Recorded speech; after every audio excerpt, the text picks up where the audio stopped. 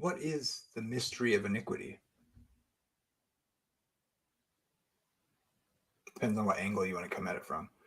The concept is probably something you could appeal to what Paul says in 2 Thessalonians 2. When he says, in verse 7, he says, "For the mystery of iniquity is already at work. Only he who now restrains will do so until he is taken out of the way." Here, Paul speaks of a hidden or veiled power of lawlessness already active in the world. It opposes God's righteousness and seeks to undermine his purposes. Oh, by the way, it is true that in 1 John 2, it is in context, the cultural reference there of who's being talked about, the historical reality is that the Gnostics, who John shows that didn't believe Jesus came in the flesh, because that's what one of the beliefs of the Gnostics, they didn't, because of their understanding of how the physical world was from the bad God in the Old Testament, who created everything, Yahweh. And Jesus wasn't corrupted by that physical creation of that God. He was so he came in the flesh. It just appeared that he was in the body. Okay. So when he says, who is the Antichrist? But he who says Jesus didn't come in the flesh. Look, now this is really key. You can challenge me on it if you have read about this, but this is really important. It's kind of like saying, if you say Jesus came in the flesh by the Holy Spirit, only by the Holy Spirit can you say the truth. So therefore, if anybody says out loud the magic words that Jesus came in the flesh, doesn't matter if they believe it or not. If they just say it, you can't say that unless the Holy Spirit allowed you. So it's a test to see if people are part of this group that went out from us. If they can just run the test, make them say the words. Well, the Holy Spirit wouldn't have let them say those words. No, it does not mean that. It means, because this is what, unless you think belief is just mental assent. People say stuff all the time. I can say I love my mother, but if I beat her up every time I see her, and I steal from her, let's say, and I covet her things, or for instance, I don't love her, do I? It's just words. They're just words. In fact, the words themselves are a lie, because you don't love somebody just because you say it. Blessed is he who does what I say. You are my friends if you do what I say. Why do you call me Lord, but don't do the things that I say? Oh, you thought saying words out loud into the ether, even if they don't reflect what you do, makes you worthy of heaven, but not the next guy who never got a chance to hear the words and a chance to do what they were told? Let no man deceive you. He who practices righteousness is righteous, just as he is righteous. Did Jesus say, I never knew you? People who think they're saved by their works, when all I wanted you was to profess a lying proposition that doesn't reflect your character? Does that sound like the God who comes down to save us while we are sinners, so that we can be redeemed from our sin, because sin is actually bad for you and love is good? But he doesn't care about actually changing us. Who would believe that God could actually change us? A form of godliness, denying the power thereof. No, the mystery of iniquity is the spirit of lawlessness. He's identifying the Gnostics who believed Jesus didn't come in the flesh. But why is that a problem? Because believing that Jesus didn't come in the flesh was a result of believing that the Father is not good, and Jesus saved us from the bad God. But the thing is, Jesus is this God. This Jesus is Yahweh. So to say Jesus didn't come into the flesh was an indicator that this Jesus is opposed to the God of the Old Testament.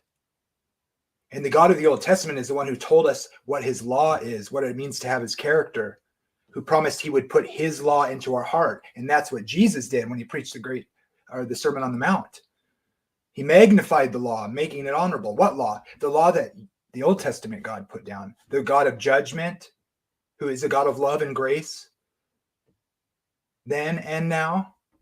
So the problem isn't, did you say the wrong or right proposition makes you a Gnostic? Because the free gracers, they'll cling to that and try to like make the context about the Gnostics and to say that these verses aren't for us. They're dealing with Gnostics. They're trying to separate themselves from what's being taught there by appealing to that being about the Gnostics. But no, how do I know that?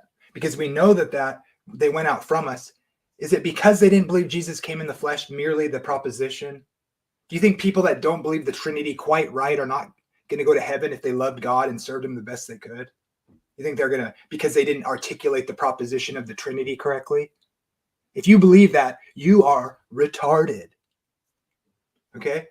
So the reason they didn't come in the flesh is because the disconnect from the Father. Why does the Trinity matter? Because it is true and it's important. But why? If you believe in the Trinity perfectly, and you think Jesus is teaching something other than what his Father taught, the guy who believes Jesus and the Father are the same, that Jesus came preaching the Father's word like he said, and they harmonize that the one God in three persons. Who cares if you're misunderstanding the Trinity, if you still make Jesus not and the Father in contradiction to each other? Because words are meaningless, actions are what matter, but they're entwined. No one can say by the Holy Spirit, that is, if they're being led by the Spirit, which is part of the one God, Holy Spirit would never affirm a doctrine that makes Jesus, the Spirit, and the Father have different doctrine.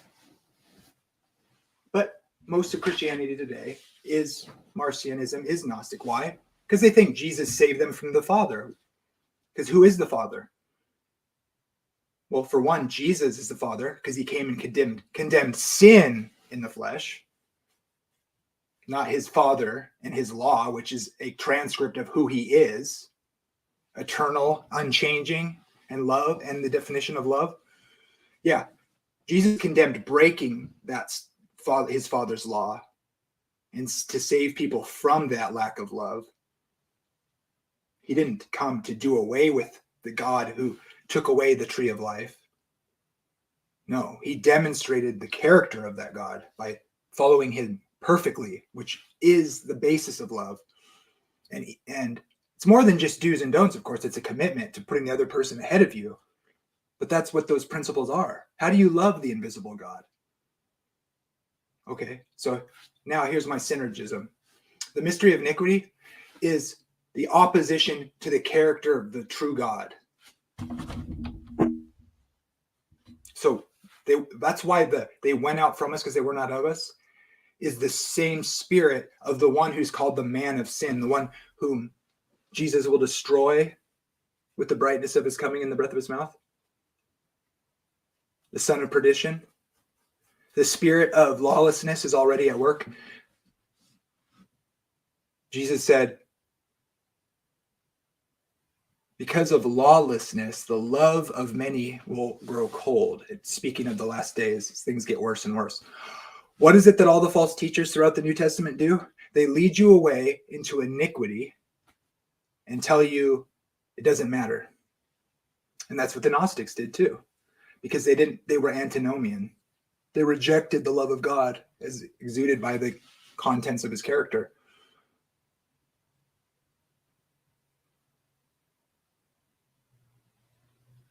So imagine a guy gets home from a long day at work and he sees all these cars and police cars and ambulances and fire trucks, and he pulls up to his house and he realizes it's his house and his wife and the kids are home. And then he starts to notice that the house has been razed to the ground. It's a smoking pile of ash and detritus. And then he thinks he sees behind the ambulance, it's his wife and the kids, and they're okay. There's a blanket around him. And he sees his buddy that lives up the street, kind of disheveled, talking to the policeman there. And he walks up and he says, what happened? And the policeman says, well, your kid, everybody's fine. You know, your house, but you're insured, I'm sure. But I tell you what, this is your friend here, Mark from up the street. He came in just in time and got them out. You know, they breathed a little smoke, got a little bit hot, but he got them out there the last minute. So look at that. And you're like, oh my, you couldn't be happier. You just about broke down in tears and shook his hand and just thanked him and hugged him and kissed your family and went to the hotel and life went on. And you're in debt to that man. You're certainly your best friend for the rest of your life.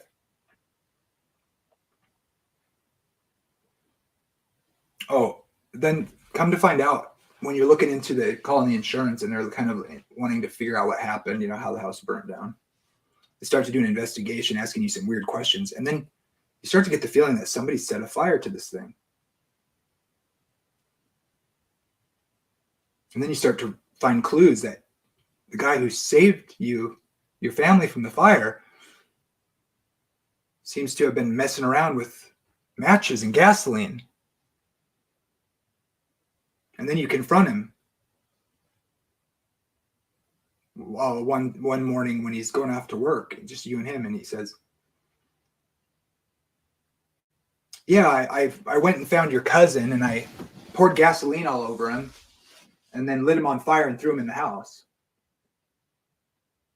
And man, you should have seen him running around and the drapes caught on fire. Pretty soon the whole thing was up in smoke. But hey, man, don't forget, I saved your family. So, who are you, oh man? The ends justify the means. I'm a hero. I saved your family. You should thank me. Don't you love me?